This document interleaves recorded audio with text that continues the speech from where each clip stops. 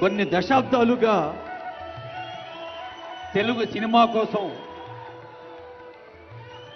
ఒక క్రమశిక్షణతో, పట్టుదలతో, సహనంతో, వినయంతో చేస్తున్న కృషి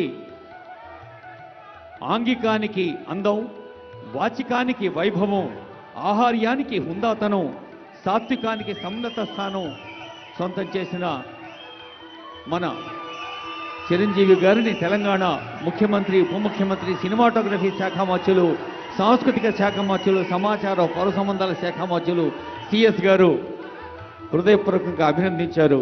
వారికి స్వాగతం పలుకుతూ ఇప్పుడు పద్మ విభూషణులు ఇరువురికి ఒక్కసారి గట్టిగా చప్పట్లు కొట్టి మనం శుభాకాంక్షలు అందజేద్దాం. తెలంగాణ రాష్ట్ర ప్రభుత్వం పద్మశ్రీ అవార్డు గ్రహీతలు 6గురిని ఆహ్వానించింది.